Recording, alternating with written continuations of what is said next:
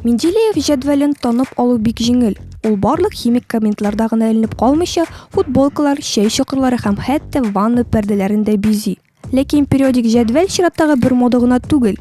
Ул кеше аның дахилыгын исбатлый торган бер гаҗәеп нәрсә. Аны Таж-Махал, Мона Лиза һәм туңдырма белән чагыштырып та була. Аны уйлап тапкан Дмитрий Менделеев иң бөек галимнәр сафында. Ләкин ни өчен? Аның таблицасы нәрсә белән шулай үзенчәлекле? Билгеле булган барлык химик элементларның тулы исемлеген төзүдәге хикмәт? Юк, исемлек төзеп кенә беркем дә бөек галимнәр арасына керә алмый. Өстәвенә, Менделеев монда исемлек төзегән беренче галим булмаган. Бәлки ошаның ошо сыйфатка ия элементларның берләштерүендәдер?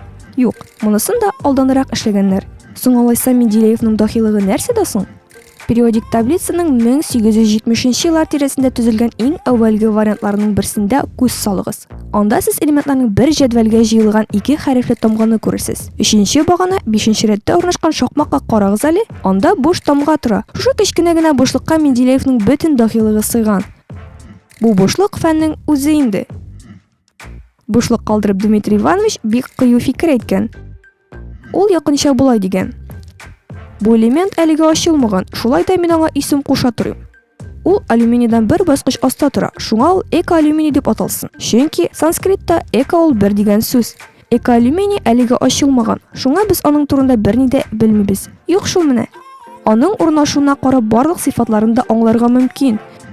Беренчедән, эко-алюминийның массасы 68-гә тигез. Бу водород массасының 68 тапкыр зуррак. Эко-алюминий бүлмә җылылыгында металл рәвешендә булачак. Ул ялтырап торачак, җылыны яхшы үткәрәчәк. Аны пластинка итеп бастырырга да, чыбык итеп сузарга да булачак. Ләкин аның өрү ноктасы бик түбән булачак, бик түбән. Һәм тагын эко-алюминийның 1 кубик сантиметры 6 грамм авырлыкта булачак.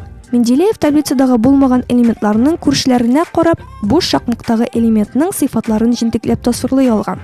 Аның күрәзә итүен берничә ел узгач, Поль-Эмиль Леколь де Буабодрин исемле бер француз руда кисәгендә яңа элемент таба һәм аңа Франциядән латинча исемле хөрмәтеннән галлий дип атый. Галлий таблицада алюминийдан бер баскыч түбәнрәк. Бу шул ук эко-алюминий. Ә Менделеевның фразалары чынга аштымы соң? Галлийның атом массасы 69-да 72. 1 кубик сантиметрның авырлыгы 5-9 грамм.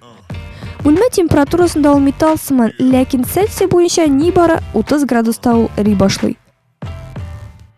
Ул авызда да, кулда да эриячәк. Менделеев дөрес фаразларын галлий турында гына әйтмәгән, ул үзе чорында билгесез булган тагын берничә элементның сыйфатларын да алдан белгән. Сканди, Германия, Рени турында күрәзә иткән. Ул экоморганизм дип атаган элементны хәзер технеций дип йөртәләр. Технецей шул кадәр сирәк ки, аны 1930 елда силикатрон синтезлап кына таба алдылар. Бу Менделеевның фаразына 70 ел, ә аның үлеменә 30 ел тулганда гына булды. Менделеев Нобель премиясен дә алмыйча 1907 елда вафат була, ләкин ул премиядан да зуррак хөрмәткә лаек була. 1955 елда америкалы галимнәр моңарчы билгесез бер элементның 17 атомын табалар. Таблицада 101 номер белән йөргән элемент 1963 елның Менделеев дип атала башлый. Нобель премиясын 800-дән артык кеше алган, ләкин дөньяда 18 генә галим үз исемен йөрткән химик элемент белән мактана ала. Менделеевның периодик таблицасына икенче юлы караганда, мәктәптәме, университеттәме, яисә чәй эчә торган чокырда буламы ул, кем белә, бәлки Менделеев үзе сезгә карап елмаядыр. Гыйлем проекты өчен Фируза Шәйхуллина укыды. Татарстан радиосында яздырылды. Гыйлем 2016.